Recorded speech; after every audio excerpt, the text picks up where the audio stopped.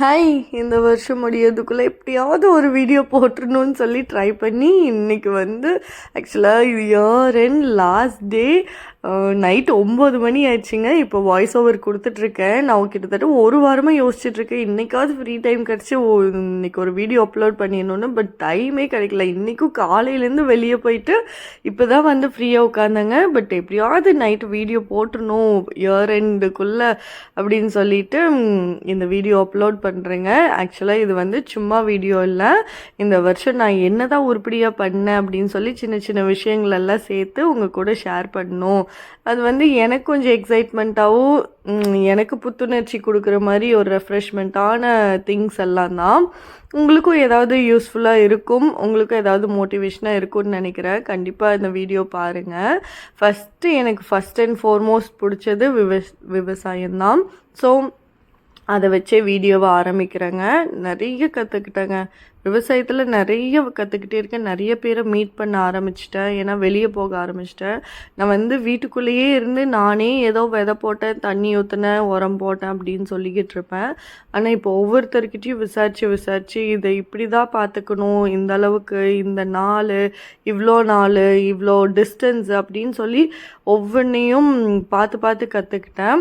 என்ன ஒரு விஷயம்னா, இயற்கை உரம் மட்டும்தான் போட்டுட்டு இருந்தேன். இப்போ வாழைக்கன்று வந்து நல்லாவே பெருசாகிடுச்சு, வாழை தோப்பு மாதிரியே ஆயிடுச்சு. அந்த 10-12 மரம், அது உங்களுக்கு ஷேர் பண்ணுற அப்புறமா பெருசாக எப்படி இருக்குன்னு. ஸோ அதுக்கு வந்து யூரியா போட்டால் தான் கண்டிப்பாக அதுக்கு சத்து சேரும், நீ போடுற உரம் மட்டும் பத்தாது அப்படின்னு சொன்னாங்க. ஸோ அதுக்கு மட்டும் காம்ப்ளெக்ஸ் வந்து இப்போ கொஞ்சம் யூஸ் பண்ண ஆரம்பிச்சிட்டேங்க. யூரியாவோடு சேர்த்து எல்லாமே மிக்சடான உரம். ஆனால் இப்போ வந்து விவசாயத்தில் நிறைய கற்றுருக்கேன், நிறைய வெஜ்ஜீஸ் போட்டிருக்கு. அது போக போக ஷேர் பண்ணுறேன். இந்த வீடியோலேயே எல்லாமே சொல்லி போர் அடிக்கல. அப்புறம் இந்த டைம் செடியில் வந்து வரமிளகா இவ்வளோ எடுத்திருக்கேங்க.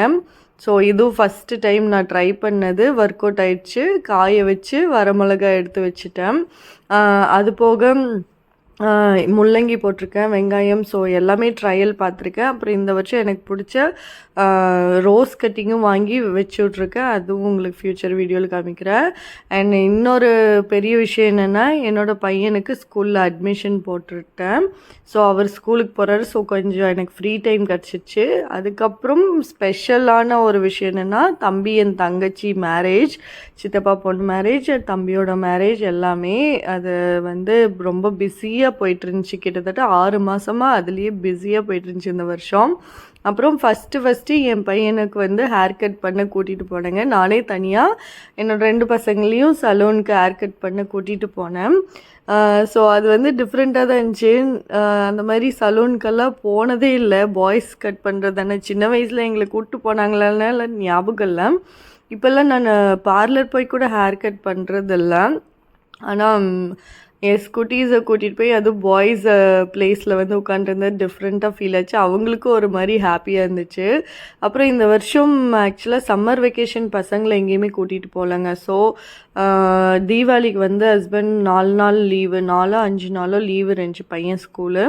ஸோ அதுக்கு கொச்சினில் புக் பண்ணி பசங்களை கொச்சின் ட்ரிப் கூட்டிகிட்டு போனோம். ஃபோர்ட் கொச்சி, அப்புறம் சின்ன அந்த எக்ஸாட்டிக் பார்க், அங்கே இங்கேனெல்லாம் ஒரு 3 days போயிட்டு வந்தோம். ஆனால் நல்லா ஃபீவர் வந்துடுச்சு 2 பேருக்கும். அதுதான் கேப் போட்டுட்ருக்காங்க. இது பீச்சில் நடந்துட்டு இருந்தோம் நைட்டு.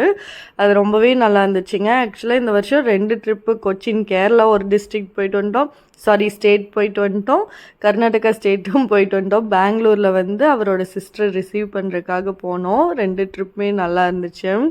அப்புறம் இந்த கார் தான் நான் ரொம்ப நாளாக யூஸ் பண்ணிருந்தேன். அந்த காரை வந்து சேல் பண்ணிட்டோம் இந்த வருஷம். அண்ட் இந்த ஆர்டர்ஸ் எல்லாம் நான் எடுத்து பண்ணேங்க. இதெல்லாம் நான் ஆர்டர் எடுத்து சேல் பண்ணது. இந்த வருஷம் வந்து எனக்கு ஃபங்க்ஷன் ஆர்டர்ஸ் வந்தது. அண்ட் சாரீ ப்ளீட்டிங் கற்றுக்கிட்டேன், அதுலேயும் ஆர்டர்ஸ் வந்துச்சு. ஆக்சுவலாக ரிலேட்டிவ்ஸ்குள்ளே தான் நான் வந்து க்ளோஸ் ரிலேட்டிவ்ஸ் மட்டும்தான் விளம்பரம் பண்ணேன். இது இன்னும் யாருக்குமே விளம்பரம் பண்ணல. எவ்வளோ தூரம் கொண்டு போக முடியும் தெரில. ஸோ இதெல்லாம் என்னோடய சாரீஸும் இருக்குது. எல்லாத்தையுமே ப்ளீட் பண்ணி சக்ஸஸ் பண்ணிட்டேன். அண்ட் 1.5 கிராம் காயின் இந்த வருஷம் வாங்கியிருக்கேங்க. ஆக்சுவலாக 2.5 கிராம் நினைக்கிறேன், அது எனக்கு ஞாபகம் இல்லை. அது இப்போ அவசரமாக போடுறதுனால 1.5 கிராம் லாஸ்ட்டாக வாங்கினது போடுறேன். அண்ட் வெள்ளியில் இந்த வருஷம் இன்வெஸ்ட் பண்ணியிருக்கேன். ரொம்ப ஸ்பெஷல் மொமெண்டம். நான் ஆசைப்பட்டது இந்த வருஷம் பண்ணிட்டேன். வெள்ளி ஒரு காயினாவது வாங்கி வைக்கணும்னு ஆசைப்பட்டேன். இந்த வருஷம் இன்வெஸ்ட் பண்ணி நிறையவே வாங்கிட்டேன். கிட்டத்தட்ட 30 கிராம் பக்கம் வெள்ளி காயின் வாங்கி வச்சுட்டேன். ஸோ அதுவும் ஒரு ஹாப்பி மூமெண்ட்டுங்க.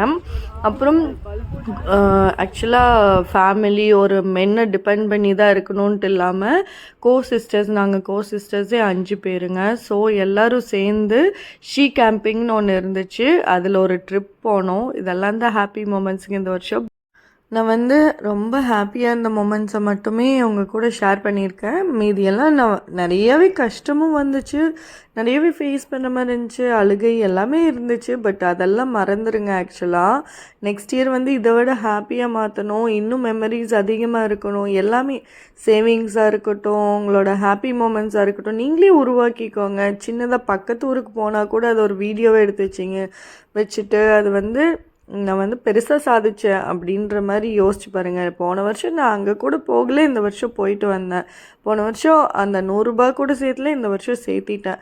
ஸோ அது எல்லாமே பெரிய விஷயமா நினைங்க. ஒவ்வொரு வருஷமும் நீங்கள் அப்கிரேட் ஆகிட்டுருக்க அப்படின்றத மட்டும் மைண்டில் வச்சுக்கோங்க. அப்கிரேட் ஆகுங்க, கண்டிப்பாக அதுக்கு முயற்சி பண்ணுங்கள், கண்டிப்பாக நடக்கும்.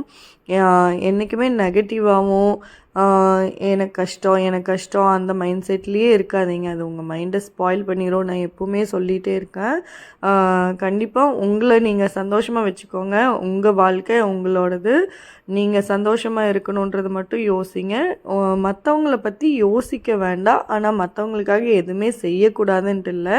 எல்லாருக்குமே ஹெல்ப் பண்ணுங்கள், எல்லாருக்கூடையும் எல்லாத்தையும் ஷேர் பண்ணுங்கள். ஆனால் யோசித்து பண்ணுங்கள். உங்கள் மைண்டையும் உங்கள் பாடியும் பாதிக்காத அளவுக்கு வாழ்க்கையை வாழுங்க. ஏதாவது ஒரு சின்னதாவது உங்களுக்கு ஹாப்பினஸ் தரதை ட்ரை பண்ணிக்கிட்டே இருங்க. இது ஏதாவது ஒன்று தடுத்துகிட்டே இருக்குது. இந்த விஷயத்த என்னால் சந்தோஷத்துக்காக பண்ண முடியலன்னா ஆல்டர்னேட்டாக என்ன பண்ண முடியும், மற்றவங்களையும் காம்ப்ரமைஸ் பண்ணி நானும் சந்தோஷமாக இருக்கிறதுக்கு என்ன பண்ண முடியும்னு யோசித்து நெக்ஸ்ட் இயர் வந்து உங்கள் வாழ்க்கையை ஹாப்பியாக மாற்றுங்க. இந்த வருஷம் நீங்கள் சோகமாக மட்டும்தான் இருந்தேன், நிறைய கஷ்டத்தை ஃபேஸ் பண்ணேன்னா அடுத்த வருஷமும் அதையே ஃபேஸ் பண்ணணும், இப்படி தான் இருக்கும் என் வாழ்க்கைன்னு யோசிக்காதீங்க. ஏதாவது ஒன்று மாற்றணும், நம்மளை சுற்றி இருக்கவங்களையும் மாற்ற ட்ரை பண்ணுங்கள். ஆனால் அது ரொம்ப கஷ்டமான வேலை. எனக்கும் தெரியும், அது வாயில் சொல்கிறது ஈஸி, ஆனால் அடுத்தவங்கள மாற்றுறது கஷ்டம். நம்மளை மாற்றிக்கலாம், ஆனால் மற்றவங்கள விட்டு கொடுக்காமல் இருக்கவும் கற்றுக்கோங்க லைஃப்பில். அது வந்து ரொம்ப ஹாப்பினஸ் கொடுக்கும்.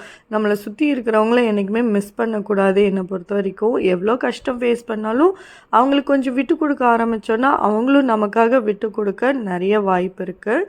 Happy new year. பாய்.